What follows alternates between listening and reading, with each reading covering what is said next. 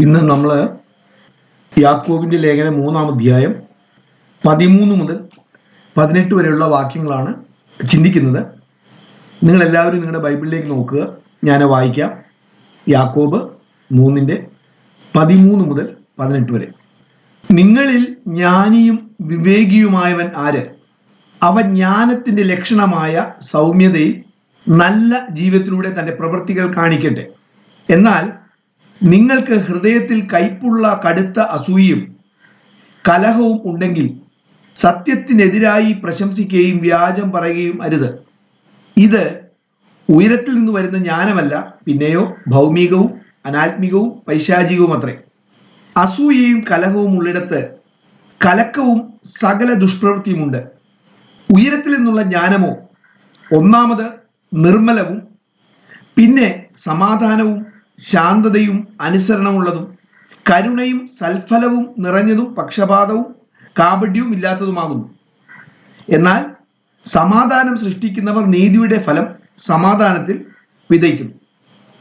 യാക്കോബ് ഈ ലേഖനം എഴുതുന്നത് യേശുക്രിസ്തുവിലുള്ള വിശ്വാസത്താൽ ദൈവത്തിൻ്റെ മക്കളായി തീർന്നവർക്ക് വേണ്ടിയാണ്.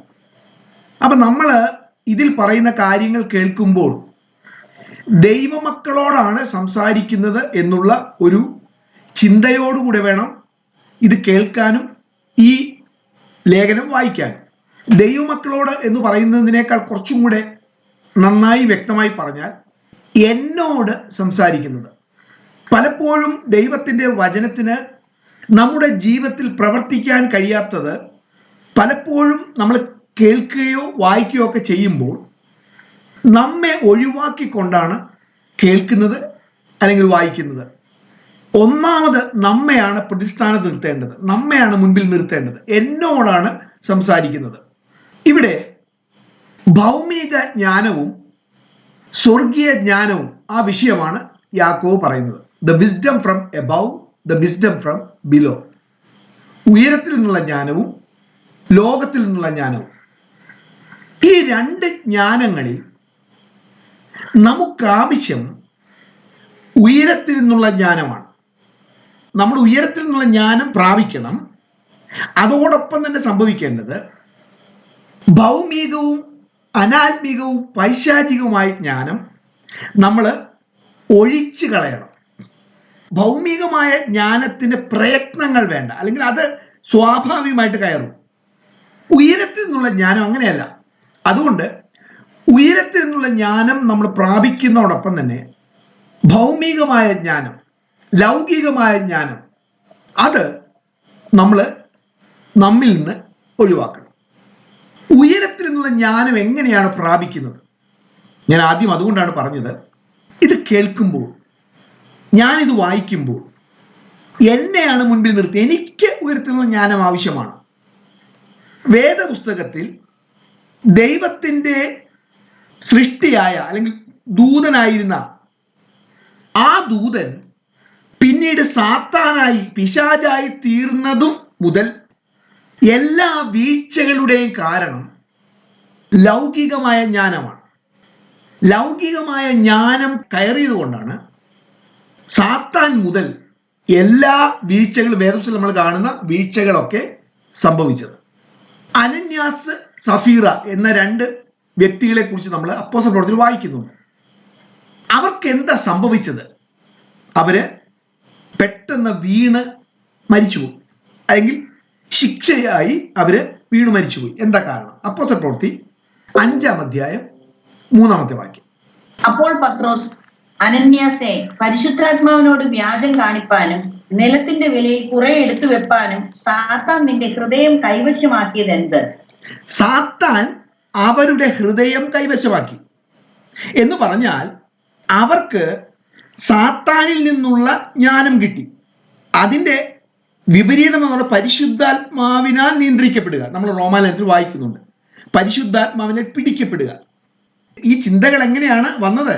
അതാണ് ചോദിക്കുന്നത്. സാത്താൻ നിന്റെ ഹൃദയം കൈവശമാക്കിയത് എങ്ങനെ? എനിക്ക് ഇത്രയും കൂടെ പൈസ ഇല്ലെങ്കിൽ ജീവിക്കാൻ പറ്റത്തില്ല, അല്ലെങ്കിൽ ഈ പൈസ ഉണ്ടെങ്കിലേ കാര്യങ്ങൾ ശരിയായി പോകൂ എന്ന് ലോകത്തിൻ്റെ ജ്ഞാനം അനന്യാസിലും സഫീറയിലും കയറി കഴിഞ്ഞപ്പോൾ അവര് ദൈവത്തിന്റെ സന്നിധിയിൽ ദൈവത്താൽ ശിക്ഷിക്കപ്പെട്ട് വീണ് മരിച്ചു. അപ്പോ ഉയരത്തിൽ നിന്നുള്ള ജ്ഞാനമല്ലാതെ ലൗകികമായ ജ്ഞാനം കൊണ്ടാണ് വേദപുസ്തകത്തിൽ കാണുന്ന എല്ലാവരും, ലോകത്തിലുള്ള വിശ്വാസികളിൽ ആരെല്ലാം തന്നെ വീണിട്ടുണ്ടോ അത് ഈ ജ്ഞാനത്താലാണ്. ഒരു വിശ്വാസിക്ക് ആവശ്യം ഉയരത്തിൽ നിന്നുള്ള ജ്ഞാനമാണ്. അതോടൊപ്പം തന്നെ ലൗകികമായ ജ്ഞാനം, ലോകത്തിൻ്റെ ജ്ഞാനം നമ്മിൽ നിന്ന് ഒഴിവാക്കണം. നമ്മൾ ഈ ലോകത്തിലായിരിക്കുമ്പോൾ പല ജ്ഞാനങ്ങളും, സയന്റിഫിക് നോളജ് ഉണ്ട്, മറ്റ് പല നല്ല നല്ല ആദർശങ്ങളുണ്ട്. സയന്റിഫിക് നോളജ് എന്ന് പറയുന്നത് പ്രാകൃതമായ നോളജ് അല്ല. ദൈവം വെച്ചൊരു കാര്യത്തെ അവര് പറയുന്നതേ ഉള്ളൂ. ഇപ്പൊ ഓസോൺ ലെയർ, നമുക്കറിയാലോ ഓസോൺ ലെയർ. ഈ ഓസോൺ ലെയർ എന്ന് പറഞ്ഞൊരു ശാസ്ത്രജ്ഞൻ കണ്ടുപിടിച്ചതല്ല, അത് ദൈവത്തിന്റെ സൃഷ്ടിയിലുള്ളതാണ്. അത് ഉണ്ടെന്നവർ പറഞ്ഞതേ ഉള്ളൂ. അതേ സമയത്ത് മറ്റു പല ജ്ഞാനങ്ങളും, ശാസ്ത്രീയമെന്ന് പറയുന്നത് തന്നെ പലതും, മനുഷ്യന്റെ ഉത്ഭവത്തെക്കുറിച്ച് കൂടുതൽ പഠിപ്പിക്കലുകളും, ലോകത്തിന്റെ വിശ്വാസം എന്ന് പറയുന്നത് ദൈവം സൃഷ്ടിച്ചു എന്നല്ല. നമ്മളൊക്കെ സ്കൂളിൽ പഠിച്ചല്ലോ, ദൈവം നമ്മെ സൃഷ്ടിച്ചു എന്നല്ല നമ്മൾ പഠിച്ചത് മറ്റ് മൃഗങ്ങളിൽ നിന്ന് മനുഷ്യൻ പരിണമിച്ചുണ്ടായി എന്നല്ല പഠിച്ചത്. ലോകത്തിന്റെ ജ്ഞാനം, ലോകത്തിന്റെ അറിവുകൾ, അത് വേദപുസ്തകത്തിന് കോൺട്രഡിക്ടറി ആയി എവിടെയൊക്കെ വരുന്നു അവിടെയൊക്കെ ലോകത്തിന്റെ ജ്ഞാനത്തെ അവഗണിക്കാൻ ഒട്ടും നമ്മൾ മാന്തിക്കരുത്. എങ്ങനെയാണ് ഈ ഉയരത്തിലുള്ള ജ്ഞാനം നമുക്ക് ലഭിക്കുന്നത്? ഒറ്റ വഴിയിലൂടെ മാത്രമേ ഉയരത്തിലുള്ള ജ്ഞാനം ലഭിക്കൂ. ഉപവസിച്ചാലോ, പ്രാർത്ഥിച്ചാലോ, ശരീരം ചൂടാൻ ഏൽപ്പിച്ചാലോ, ഉള്ളതൊക്കെ അന്നദാനം ചെയ്താലൊന്നും ഈ ഉയരത്തിലെ ജ്ഞാനം കിട്ടത്തില്ല. ഉയരത്തിലുള്ള ജ്ഞാനം കിട്ടാനുള്ള ഏക വഴി എന്ന് പറയുന്നത് എനിക്കറിയില്ല എന്നുള്ള അറിവും അതിൻ്റെ സമ്മതവുമാണ്. എനിക്കറിയില്ല. നമ്മുടെ വലിയ പ്രശ്നം എന്ന് പറയുന്നത് നമുക്കൊക്കെ അറിയാം. ഒരുപക്ഷെ രക്ഷിക്കപ്പെട്ട സമയത്ത് ഉണ്ടായ, ഞാൻ പറഞ്ഞ ദൈവത്തെക്കുറിച്ചുള്ള കാര്യങ്ങളിൽ പോലും എന്തുകൊണ്ട് പിന്നീട് ഒരു വ്യക്തി രക്ഷിക്കപ്പെട്ട സമയത്തുണ്ടായ താഴ്മയിൽ നിന്ന് മാറി അവൻ അഹങ്കാരത്തിലേക്ക് വളരുന്നു. ഞാനിത് പറയുന്നത് ദൈവത്തെക്കുറിച്ചുള്ള അറിവെന്ന് പറഞ്ഞ് ഒരു തിയോളജിക്കലായിട്ടുള്ള അറിവുകൾക്ക് ലഭിച്ചു കഴിയുമ്പോൾ എന്തുകൊണ്ട് അഹങ്കാരത്തിലേക്ക് പോകുന്നു? എനിക്കറിയാമെന്നുള്ള ധാരണ അവൻ്റെ ജീവിതത്തിൽ വർദ്ധിക്കുക. സത്യത്തിൽ ദൈവത്തെക്കുറിച്ച് ശരിയായി മനസ്സിലാക്കി തുടങ്ങിക്കഴിഞ്ഞാൽ അവന് ഒരു സംശയം കൂടാതെ അവൻ സമ്മതിക്കാൻ കഴിയുന്നൊരു കാര്യമുണ്ട്. അയ്യോ, ഒരു വലിയ സമുദ്രത്തിന്റെ എത്ര കുറച്ച് ഭാഗം മാത്രമാണ് ഞാൻ കണ്ടത്. ഇത്ര വലിയ ദൈവത്തിന്റെ എത്ര കൊച്ചറിവ് മാത്രമാണ് എനിക്കുള്ളത്. അതാണ് സംഭവിക്കേണ്ടത്. അപ്പൊ ഉയരത്തിലുള്ള ജ്ഞാനം പ്രാപിക്കാൻ ഒറ്റ വഴിയേ ഉള്ളൂ. എനിക്ക് അറിയില്ല എന്നുള്ള ആ ബോധ്യം സ്വാഭാവികമായിട്ടും ഉണ്ടാകണം. അപ്പോൾ എനിക്കറിയില്ല, ഇപ്പോൾ വേണമെങ്കിൽ ഒരു പക്ഷേ നമ്മളിപ്പോൾ പ്രാർത്ഥിക്കാൻ പറഞ്ഞാൽ നമ്മളെല്ലാവരും വേണമെങ്കിൽ പ്രാർത്ഥിക്കും, കർത്താവേ എനിക്കറിയില്ല. അതല്ല, ശരിയായി ആ അറിവ് നമ്മിലേക്ക് ഉണ്ടാകണം. എനിക്കറിയില്ല, അത് പറയുകയും ചെയ്യണം. അത് പ്രാർത്ഥന. ഓക്കെ, ലൂക്കോസിന്റെ സുവിശേഷം 1-ാം അധ്യായം 51 മുതൽ 53 വരെയുള്ള വാക്യം. ലൂക്കോസ് 1:51 മുതൽ 53 വരെയുള്ള വാക്യം. തന്റെ ഭുജം കൊണ്ട് അവൻ ബലം പ്രവർത്തിച്ചു. ഹൃദയവിചാരത്തിൽ അഹങ്കരിക്കുന്നവരെ ചിതറിച്ചിരിക്കുന്നു. പ്രഭുക്കന്മാരെ സിംഹാസനങ്ങളിൽ നിന്ന് ഇറക്കി താണവരെ ഉയർത്തിയിരിക്കുന്നു. വിശന്നിരിക്കുന്നവരെ നന്മകളാൽ നിറച്ച് സമ്പന്നന്മാരെ വെറുതെ അയച്ചു കളഞ്ഞിരിക്കുന്നു. സമ്പന്നന്മാരെ വെറുതെ അയച്ചു കളഞ്ഞപ്പോൾ വിശന്നിരിക്കുന്നവരെ നിറച്ചു. വിശന്നിരിക്കുന്ന, അറിവില്ല എന്നുള്ളൊരു ബോധ്യമുള്ള, ശരിക്കും പറഞ്ഞാൽ ഇതൊന്നും ഉണ്ടാക്കേണ്ട കാര്യമല്ല. അതുകൊണ്ടാണ് വേദപുസ്തകത്തിൽ എവിടെയൊക്കെ ദൈവത്തിൻ്റെ വെളിപ്പാടുകൾ അക്ഷരാർത്ഥത്തിൽ ഉണ്ടായോ അവിടെ അവരെല്ലാവരും ബോധം കെട്ട് വീണു. ദൈവത്തിൻ്റെ ആ പ്രഭാവത്തിൽ, ദൈവത്തിൻ്റെ വെളിച്ചത്തിന് മുൻപിൽ, ദൈവത്തിൻ്റെ ജ്ഞാനത്തിന് മുൻപിൽ വലിയ ജ്ഞാനിയായ ഇയ്യോബ് പറഞ്ഞ് ഞാൻ വായ പൊത്തുന്നു എന്നാണ്. ഇത് സംഭവിക്കണം.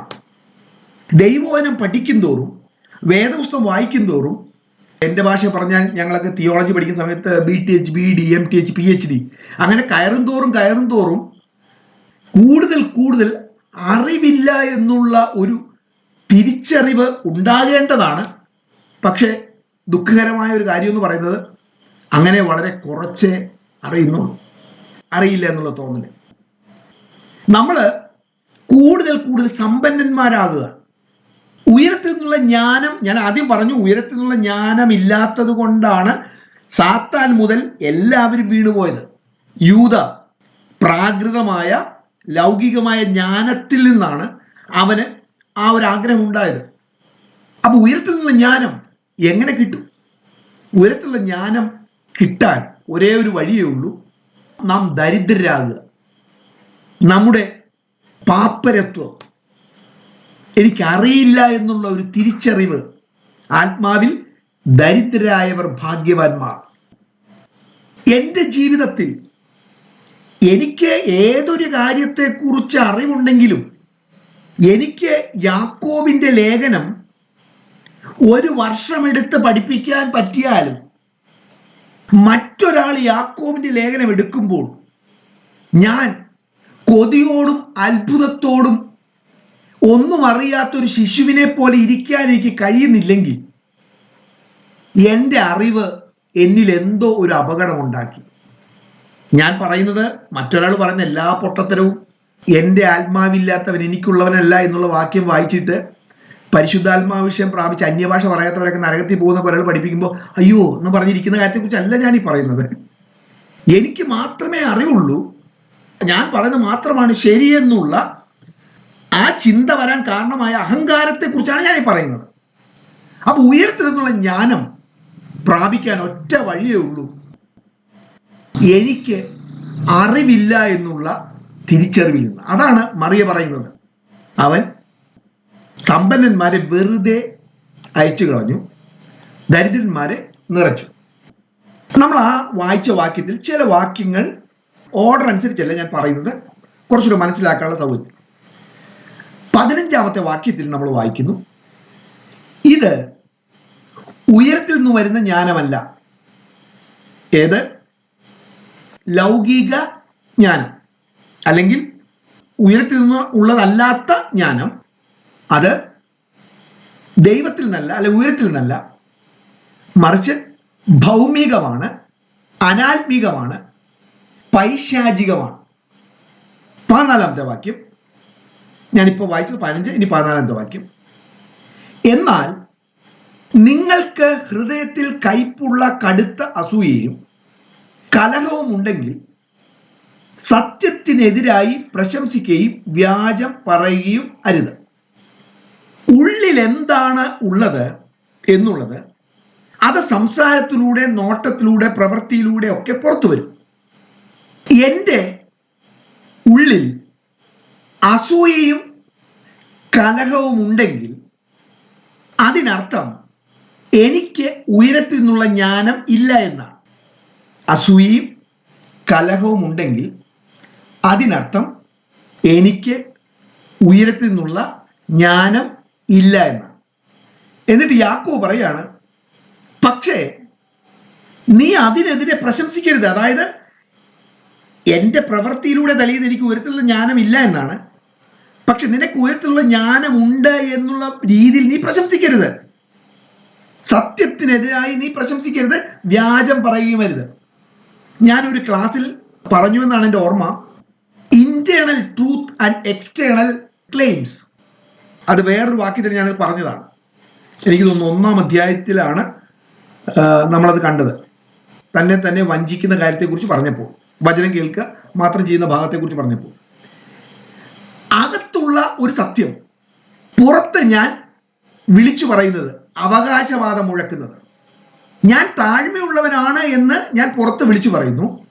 പക്ഷെ എൻ്റെ ജീവിതത്തിന്റെ പ്രവൃത്തികളിലൂടെ തെളിയുന്നത് താഴ്മ ഇല്ല എന്നാണ്. അതുപോലെ അസൂയയും കലഹവും ഉണ്ടെങ്കിൽ സത്യം എന്താണ്? എന്നിൽ ഉയരത്തിൽ നിന്നുള്ള ജ്ഞാനം ഇല്ല. പക്ഷേ അതില്ല എന്ന് മാത്രമല്ല, അതുണ്ടെന്ന് ഞാൻ ധരിക്കുകയും അതുണ്ടെന്ന് ഞാൻ വിളിച്ചു പറയുകയും ചെയ്യരുത്. ഞാനിത് പറഞ്ഞത് തുടക്കത്തിൽ ഞാൻ പറഞ്ഞതുപോലെ നമ്മുടെ ജീവിതത്തിലൂടെ ഒന്ന് കടന്നു പോകണം. അസൂയയെക്കുറിച്ചും കലഹത്തെക്കുറിച്ചൊക്കെ പറയുമ്പോൾ നമ്മുടെ ജീവിത സാഹചര്യം, വീട്, മരുതൂറുള്ള നാട്ടുകാർ, എൻ്റെ ജോലി സ്ഥലം, അങ്ങനെ തുടങ്ങി എല്ലാ മേഖലയിലൂടെയും ഞാനൊന്ന് കടന്നു പോകണം. അസൂയയും കലഹവും എൻ്റെ ജീവിതത്തിലുണ്ട്. ഞാൻ നിങ്ങൾക്ക് ഒന്ന് ചിന്തിക്കാനുള്ള എളുപ്പത്തിൽ പറഞ്ഞു തരിക. എൻ്റെ വീട്ടിലൊരാൾ കല്യാണം വിളിക്കാൻ വന്നു. അദ്ദേഹം വന്ന ഉടനെ പല കാര്യങ്ങളൊക്കെ വർത്താനം പറഞ്ഞു. അപ്പം അദ്ദേഹമാണെങ്കിൽ 2 ബസ് കയറിയൊക്കെയാണ് എൻ്റെ വീട്ടിൽ വന്നേക്കുന്നത്. കല്യാണം വിളിക്കാനാണെന്ന് എനിക്ക് മനസ്സിലായി. അദ്ദേഹം വർത്താനമൊക്കെ പറഞ്ഞ് ഒരു അരമണിക്കൂർ സംസാരിച്ചു. ഞാൻ കുറച്ച് ചായ കുടിച്ചു. എന്നാൽ ശരി എന്ന് പറഞ്ഞ് അദ്ദേഹം പിരിഞ്ഞു പോയി. ഞാൻ ഒരേ ബഹളം, ഒരേ കലഹം. എന്താണെന്നറിയോ? അദ്ദേഹം എന്നെ കല്യാണം വിളിച്ചില്ല. നമുക്കറിയാം അദ്ദേഹം 2 ബസ് കയറി വന്നതാണെന്നും കല്യാണം വിളിക്കാൻ വന്നതാണെന്നും കല്യാണത്തിന്റെ ബിരിയാണിയുടെ കാര്യം പറഞ്ഞു, ബിരിയാണി ഉണ്ടാക്കുന്ന ആരാണെന്നും അത് ചിക്കൻ ബിരിയാണിയാണോ മട്ടൻ ബിരിയാണിയാണോ എന്നൊക്കെ പറഞ്ഞു. പക്ഷേ അദ്ദേഹം വിളിച്ചില്ല. ഇനി വിളിച്ചാൽ തന്നെ വിളിക്കുന്നതിനെ കുറച്ച് വിളിക്കുന്ന ചില രീതികളൊക്കെ ഉണ്ട്. അത് കംപ്ലീറ്റ് ആയില്ലെങ്കിലും പ്രശ്നമാണ്. അങ്ങനെയൊക്കെ ചെയ്തില്ലെങ്കിൽ ഞാനിവിടെ കാത്തിരിക്കുകയാണ് കലഹം ഉണ്ടാക്കാൻ. ഞാൻ ഒരു ഉദാഹരണത്തിന് മാത്രം പറഞ്ഞു. ഇതുപോലെ എത്രയോ സംഭവങ്ങൾ നിസ്സാരമായ കാര്യങ്ങളിൽ കലഹം ഉണ്ടാക്കും. ഇവിടെ പറയുന്നത് അസൂയയും കലഹവും ഉള്ളിടത്ത്, അതിന്റെ 16ാമത്തെ വാക്യം, അസൂയയും കലഹവും ഉള്ളിടത്ത് കലക്കവും സകല ദുഷ്പ്രവൃത്തിയുമുണ്ട്. അസൂയയും കലക്കവുമുള്ള ഒരു വ്യക്തിയാണെങ്കിൽ അതിനോട് ബന്ധപ്പെട്ട് അസൂയയും കലഹവും മാത്രമല്ല ഒരുപാട് ദുഷ്പ്രവൃത്തികൾ ഉണ്ടാകും. ഞാനിത് പറയുമ്പോൾ, അസൂയയെക്കുറിച്ച് പറയുമ്പോൾ, നമ്മളെല്ലാം മനുഷ്യരാണ്. വല്ലപ്പോഴും ഒരു അസൂയൊക്കെ വന്നു പോകാം, പെട്ടെന്ന് ഓർക്കപ്പുറത്തൊക്കെ വന്ന് പോകാം. അത് നല്ലതാണെന്നല്ല, അത് വരുമ്പോൾ അത് തെറ്റാണെന്ന് മനസ്സിലാക്കി നമ്മൾ ദൈവത്തോട് അനുദപിക്കുകയും കർത്താവെ എന്നെ സഹായിക്കണമെന്ന് പ്രാർത്ഥിക്കുകയും ചെയ്യേണ്ടത് ആവശ്യമാണ്. പക്ഷെ അതിനേക്കാൾ ഗുരുതരമെന്ന് പറയുന്നത് വഴി കൂടെ പോകുന്ന നായയുടെ ചെവിക്ക് പിടിക്കുക എന്ന് പറയുന്ന രീതിയുണ്ട്. മറ്റേത് നായനെ കടിക്കാൻ പറഞ്ഞാൽ ഞാൻ കല്ലെടുത്ത് എറിഞ്ഞു. ഇതങ്ങനെയല്ല, വഴി കൂടെ പോയ നായയാണ്, എന്നെ ഒന്നും ചെയ്തില്ല, പക്ഷെ ഞാൻ അതിൻ്റെ ചെവിക്ക് കയറി പിടിച്ചു. ഇതുപോലെ നമ്മൾ വീട്ടിലിരിക്കുകയാണ്. അപ്പോൾ വഴി കൂടെ 2 പേര് പോവുകയാണ്.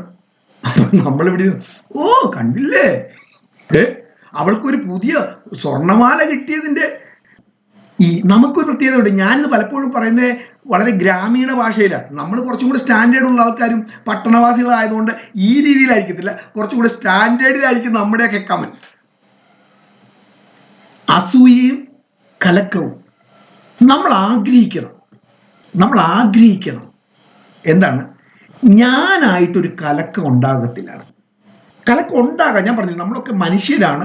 പെട്ടെന്നൊരു ദേഷ്യം വന്നു, നമ്മളൊരു പറയാം, അല്ലെങ്കിൽ അറിയാതെ നമ്മൾ തമാശക്ക് പറഞ്ഞൊരു വാക്ക് ഒരു കലക്കത്തിന് കാരണമായി തീരാം. ഓക്കെ, ഇതങ്ങനെയല്ല, അത് ശരിയാണെന്നല്ല ഞാൻ പറഞ്ഞു. പക്ഷെ ഇത് ഞാനായിട്ട് തിരഞ്ഞെടുത്ത് നമ്മൾ ഓർക്കേണ്ട ഒരു കാര്യം, വേറൊരാൾ കല്യാണം നടത്തുമ്പോൾ എനിക്ക് ബുദ്ധിമുട്ടില്ല, കാരണം ഞാൻ വീട്ടിൽ സ്വസ്ഥമായിട്ടിരിക്കുകയാണ്. ബുദ്ധിമുട്ടുകൾ നമ്മൾ മനസ്സിലാക്കണം. ഇതുപോലെ എന്തെങ്കിലും ഒരു ഫംഗ്ഷൻ, എന്തെങ്കിലും ഒരു കാര്യം, കലക്കം ഞാനായിട്ട് ഉണ്ടാക്കാനുള്ള കാര്യങ്ങൾ അന്വേഷിച്ച് ഉണ്ടാക്കരുത്. നമ്മളെപ്പോഴും അവർക്ക് ദയോടുള്ള ഒരു അവസരം കൊടുക്ക്. പെണ്ണെ ഒരാൾ കല്യാണം വിളിച്ചില്ല, ഓക്കെ, എനിക്ക് എത്ര സ്വാതന്ത്ര്യമുണ്ട് അത്ര സ്വാതന്ത്ര്യം അദ്ദേഹത്തിനുണ്ട്. എനിക്ക് എല്ലാവരും ഇഷ്ടമല്ല, അതുപോലെ അദ്ദേഹത്തിനും എന്തെങ്കിലും എൻ്റെ പ്രവൃത്തി കൊണ്ട് എന്നെ ഇഷ്ടപ്പെടാതിരിക്കാൻ സ്വാതന്ത്ര്യമുണ്ട്. ഒരുപക്ഷെ അതുകൊണ്ടായിരിക്കും വിളിക്കാഞ്ഞത്. ഓക്കെ, അതിനെന്താ പ്രശ്നം? എന്താ? അങ്ങനെ നമ്മളായിട്ട് ഒരു കലക്കത്തിലുള്ള കാര്യം അന്വേഷിക്കുന്നവരായിട്ടല്ല, സമാധാനത്തിന് വേണ്ടിയുള്ള കാര്യങ്ങൾ അന്വേഷിക്കുന്നവരായിരിക്കണം. നമ്മൾ വായിക്കുന്ന ഇങ്ങനെയാണ്, സമാധാനം ഉണ്ടാക്കുന്നവർ ഭാഗ്യവാന്മാർ, അവർ ദൈവത്തിൻ്റെ മക്കൾ എന്ന് വിളിക്കപ്പെടും. സമാധാനം ഉണ്ടാക്കുകയാണ്. എന്തുകൊണ്ടാണ് ഇതൊക്കെ ഉണ്ടാകുന്നത്? അതാണ് പറയുന്നത്, ഉയരത്തിൽ നിന്നുള്ള ജ്ഞാനത്തിൽ നിന്നല്ല ഉണ്ടാക്കുന്നത്. ഉയരത്തിൽ നിന്ന് നീ ചോദിക്കേ എന്നൊക്കെ ആരാ പറഞ്ഞുതരുന്നത്? പരിശുദ്ധാത്മാവ്. എന്നെ ഫിനാൻഷ്യലായിട്ട് സപ്പോർട്ട് ചെയ്തുകൊണ്ടിരുന്ന ഒരാൾ, ഞാൻ ഉദാഹരണം പറയാം, ആരെങ്കിലും ഒരു സുപ്രഭാതത്തിൽ അദ്ദേഹം എന്നെ സപ്പോർട്ട് ചെയ്തില്ല, വേണ്ട. എന്നെ സഹായിക്കാൻ പറഞ്ഞ ദൈവത്തിന്റെ പരിശുദ്ധാത്മാവ് തന്നെ അയാളോട് പറഞ്ഞു കാണുമായിരിക്കും, വേണ്ടെന്ന്. അദ്ദേഹം അത് നിർത്തി കഴിയുമ്പോൾ പെട്ടെന്ന് ഞാൻ അദ്ദേഹത്തോട് വളരെ കയ്പുള്ളവനായി അദ്ദേഹത്തോട് കലക്കമുണ്ടാക്കാനുള്ള ശ്രമമൊക്കെ നടത്താനുള്ള ആലോചന എനിക്ക് വരുന്നത് എനിക്ക് ഉയരത്തിലുള്ള ജ്ഞാനം ഇല്ലാത്തത് കൊണ്ടാണ്. അതുകൊണ്ടാണ് യാക്കോബ് പറയുന്നത്, ഇത് ഉയരത്തിൽ നിന്ന് വരുന്ന ജ്ഞാനം അല്ല. ഏത്? നിങ്ങൾക്ക് ഹൃദയത്തിൽ കയ്പുള്ള കടുത്ത അസൂയയും കലക്കമുണ്ടെങ്കിൽ പിന്നെ എവിടെന്നാ ഉണ്ടാകുന്നത്? ലൗകിക ജ്ഞാനം. അതിന് പല വാക്കുകൾ ഉപയോഗിക്കുകയാണ്. അനാത്മീകമാണ്, പൈശാചികമാണ്. ഇവിടെ പറയുന്നത് ലോകത്തിൽ ഏറ്റവും ആവശ്യമായിരിക്കുന്നത് ഉയരത്തിൽ നിന്നുള്ള ജ്ഞാനം തന്നെയാണ്. കാരണം ഒരു സയന്റിസ്റ്റിന്, ഒരു പക്ഷേ ഐൻസ്റ്റീൻ അല്ലെങ്കിൽ തോമസ് ആൽവ എഡിസൺ, ഈ കണ്ടുപിടുത്തങ്ങൾ ഒന്നും തന്നെ വരാനുള്ള ലോകത്തിലേക്ക് എന്തെങ്കിലും മാർക്ക് കൂട്ടുന്ന കാര്യങ്ങളല്ല. ഇത് കണ്ടുപിടിച്ചു എന്ന കാരണത്താൽ. ഉയരത്തിൽ നിന്നുള്ള ജ്ഞാനമാണ്. ഇതൊന്നും തെറ്റാണെന്നല്ല ഞാൻ ഈ പറയുന്നത്. ഈ ലോകത്തിൽ ഏറ്റവും മൂല്യമായിട്ടുള്ളത്, ആവശ്യമായിട്ടുള്ളത് ഉയരത്തിൽ നിന്നുള്ള ജ്ഞാനമാണ്. കാരണം അത് ഈ ലോകത്തിലും പ്രയോജനം ചെയ്യും, വരാനുള്ള ലോകത്തിലും പ്രയോജനം ചെയ്യും. എന്തുകൊണ്ടാണ് നമ്മൾ പറയുന്നൊരു വാക്കുണ്ട്, എനിക്ക് തോന്നിയത് ഞാൻ ചെയ്യും. പ്രത്യേകിച്ചും ഈ കാലഘട്ടത്തിൽ നിയമം നമുക്ക് ഒരുപാട് സപ്പോർട്ട് ചെയ്യാണ് എനിക്കിഷ്ടമുള്ളത് ചെയ്യാൻ. അത് ഏറ്റവും കൂടുതൽ ഉപയോഗിക്കുന്നത് ഈ വസ്ത്രധാരണത്തിൻ്റെ ഒരു പ്രശ്നത്തിലാണ്. കൂടുതലും പേര് പറയുന്നത് എനിക്കിഷ്ടമുള്ളത് ഞാൻ ചെയ്യും, ആയിക്കോട്ടെ ചെയ്തു. പക്ഷേ എനിക്കിഷ്ടമുള്ളത് ഞാൻ ചെയ്യുക എന്ന് പറഞ്ഞാൽ എൻ്റെ ജ്ഞാനമാണ്, ഉയരത്തിലുള്ള ജ്ഞാനമല്ല അത്. ദൈവത്തിന് ഇഷ്ടമുള്ളത് ഞാൻ ചെയ്യുന്നതാണ് ഉയരത്തിലുള്ള ജ്ഞാനം. എനിക്കിഷ്ടമുള്ളത് ഞാൻ ചെയ്യുന്നത്, എനിക്ക് ഇഷ്ടം തോന്നി, എനിക്ക് ശരിയെന്ന് തോന്നി, അത് ഞാൻ ചെയ്യുന്നു. അത് ഉയരത്തിലുള്ള ജ്ഞാനം അല്ല. അത് അവസാനിക്കുന്നത് ഏതൊരു എനിക്ക് തോന്നിയത് ചെയ്തതിൻ്റെ അവസാനം എന്ന് പറയുന്നത് ഡിസ്ട്രക്ഷനാണ്. ഡിസ്ട്രക്ഷൻ. ഉയരത്തിൽ നിന്നുള്ള ജ്ഞാനത്തിൽ നിന്നല്ലാത്ത ഏതൊരു പ്രവൃത്തിയുടെയും എൻഡ് എന്ന് പറയുന്നത് ഡിസ്ട്രക്ഷനാണ്. ലോകത്തിന്റെ പോക്ക് എങ്ങോട്ടാണ്? നമ്മൾ ദൈവികമായിട്ട് നമ്മൾ പറയും ഈ ലോകത്തിന് അവസാനമുണ്ട്. പക്ഷെ ശാസ്ത്രജ്ഞന്മാർ പറയുന്നത് ദൈവികമായിട്ടല്ല. അവർ പറയുന്നത് അധികം നാൾ പോകത്തില്ല. കാര്യം എന്താ? മനുഷ്യ സ്വാർത്ഥയിൽ നിന്നുണ്ടായ, അവന്റെ ആർത്തിയിൽ നിന്നുണ്ടായ കണ്ടുപിടുത്തങ്ങളോ ആർത്തിയിൽ നിന്നുണ്ടായ പ്രവൃത്തികളോ ലോകത്തെ നശിപ്പിച്ചുകൊണ്ടിരിക്കുക. ഉയരത്തിൽ നിന്നുള്ള ജ്ഞാനം. 13-ാമത്തെ വാക്യം, നിങ്ങളിൽ ജ്ഞാനിയും വിവേകിയുമായവനാര്? അവൻ ജ്ഞാനത്തിന്റെ ലക്ഷണമായ സൗമ്യതയിൽ നല്ല ജീവിതത്തിലൂടെ തന്റെ പ്രവൃത്തികൾ കാണിക്കട്ടെ. കഴിഞ്ഞ ദിവസം എനിക്ക് വാട്സാപ്പിലല്ല, ഞാനൊരു സ്റ്റാറ്റസിൽ കണ്ടതാണ്. ഒരു സഭയുടെ യൂത്ത് ടാലന്റ് ടെസ്റ്റ്, ഒരു സഭയുടേതാണ്, ഒരു ദിവസം മുഴുവൻ ടാലന്റ് ടെസ്റ്റ്. ഞാൻ കഴിഞ്ഞ ദിവസമൊക്കെ അതിനെക്കുറിച്ച് ചിന്തിക്കുകയായിരുന്നു. എന്തിനാ ഈ ടാലന്റ് ടെസ്റ്റ് ചെയ്തിട്ട് ഞാനിത് പറയാനുള്ള കാരണം, ഈ 2 ദിവസങ്ങളായിട്ട് എന്നെ വളരെ ഭയപ്പെടുത്തുകയും എന്നെ ചിന്തിപ്പിക്കുകയും ചെയ്ത കാര്യമാണ്. ഇത്ര വലിയ ഒരു മത്സരം നടക്കുമ്പോൾ അതിൻ്റെ ഭീകരതകൾ അവർ മനസ്സിലാക്കുന്നില്ല. ഒരു സഭയിൽ, ലോകത്തെ മത്സരം ആവശ്യം പോലെ ഉണ്ട്, അത് നമുക്കൊന്നും ചെയ്യാൻ പറ്റുന്ന കാര്യമല്ല. പക്ഷെ സഭയിൽ യാതൊരു വിധത്തിലുള്ള മത്സരവും ദൈവം അനുവദിക്കുന്നില്ല. മത്സരികൾ വരണ്ട ദേശത്ത് പാർക്കുന്നു. യാതൊരു വിധത്തിലുള്ള മത്സരങ്ങൾ. നിങ്ങളിൽ ജ്ഞാനിയും വിവേകിയുമായവനാര്? അവൻ ജ്ഞാനത്തിന്റെ ലക്ഷണമായ സൗമ്യതയിൽ നല്ല ജീവിതത്തിലൂടെ തന്റെ പ്രവൃത്തികൾ കാണിക്കട്ടെ. ജ്ഞാനത്തിന്റെ ലക്ഷണം ഇവിടെ യാക്കോബ് പറയുന്നത് സൗമ്യതയാണ്.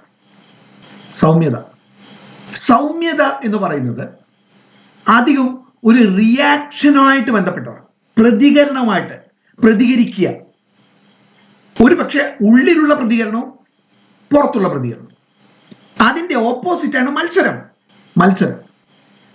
നമ്മൾ പൊതുവെ സൗമ്യതയുള്ള ഒരാളെ ജ്ഞാനിയായിട്ട് കാണുന്നില്ല. കാരണം ലോകം പ്രൊമോട്ട് ചെയ്യുന്നത് ഉയരത്തിൽ നിന്നുള്ള ജ്ഞാനമല്ല. ലോകം പ്രൊമോട്ട് ചെയ്യുന്നത് ലൗകികമായ ജ്ഞാനമാണ്, ലോകത്തിന്റെ ജ്ഞാനമാണ്. അപ്പൊ ലോകത്തിന്റെ ജ്ഞാനത്തിൽ മത്സരവും മുന്നേറ്റവും ശക്തിയും തോൽപ്പിക്കലും ജയിക്കലും ഒക്കെയാണ് വലിയ കാര്യങ്ങൾ. അതിൽ സൗമ്യത എന്ന് പറയുന്നൊരു കാര്യമില്ല.